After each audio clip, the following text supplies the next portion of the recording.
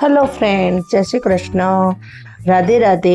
જો તમે આવો મસાલા પાપડ જોયો હશે હોટલમાં, અને આજે મેં હોટલ જેવો જ મસાલો પાપડ ઘરે બનાવી દીધો છે। મારા બાળકોને બહુ જ ભાવે છે અને તમારા બાળકોને પણ હોટલમાં ભાવતો જ હશે। અને મોંઘો દાટ એવો મસાલા પાપડ હોટલમાં લગભગ 70થી 75 રૂપિયાનો એક મળે છે। એ આજે આપણે ઘરે જ બનાવી દઈશું, બરાબર છે। તો એના માટે મેં લઈ લીધો છે એક ટામેટું, કોબીજ નાનું અને એક ડુંગળી, એને આપણે ઝીણું ઝીણું સમારી લઈશું, બરાબર છે। તો જો મેં ચોપરમાં ચોપ કરી દીધી છે ડુંગળી અને કોબીજ, અને ટામેટાને મેં અલગથી સમારી દીધું છે ઝીણું ઝીણું।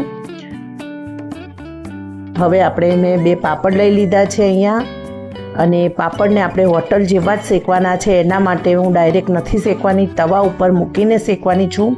તો તવાને સૌપ્રથમ એકદમ ગરમ લાઈ જેવો કરી દેવાનો છે આપણે, અને પછી એની ઉપર પાપડને શેકવાનો છે।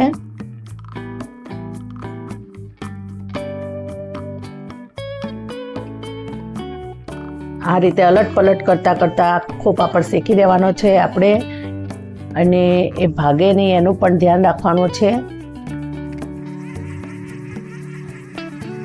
જો હવે આ પાપડને આપણે સીધો જ રહે એ માટે મેં પ્લેટમાં મૂકી દીધો છે, અને અહીંયા બીજો પાપડ પણ મેં શેકવા લઈ લીધો છે।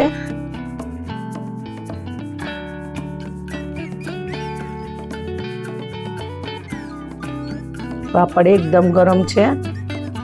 જો હવે આપણે સમારેલી કોબીજ અને ડુંગળીની અંદર થોડું કારા મરીનો પાવડર નાખીશું, અને થોડું મીઠું એડ કરીશું, કારણ કે કોબીજ છે એટલે થોડું વાયુ કરે આપણને, અને એમાં પણ કાચી કોબીજ છે એટલે વાયુ કરે, એટલા માટે આપણે કારા મરીનો પાવડર અને થોડું મીઠું એડ કરીશું, અને એનું આ રીતે કોટિંગ તૈયાર કરી દઈશું।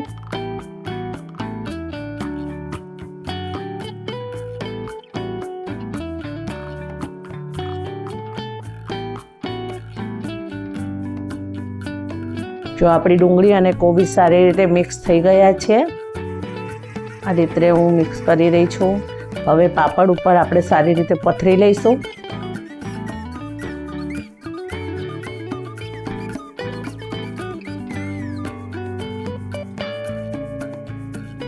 આ જ પાપડ આપણને હોટલમાં 75 રૂપિયાનું મળે છે, 70થી 75 રૂપિયાનો।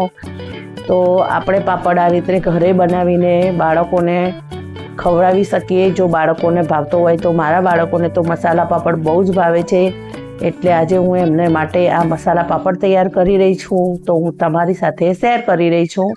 તો તમે પણ આ રીતે મસાલા પાપડ ઘરે જ બનાવીને બાળકોને ખવડાવો અને એન્જોય કરો, અને વિડીયો ગમે હોય તો લાઈક શેર સબસ્ક્રાઈબ કરો। આવજો, જય શ્રી કૃષ્ણ।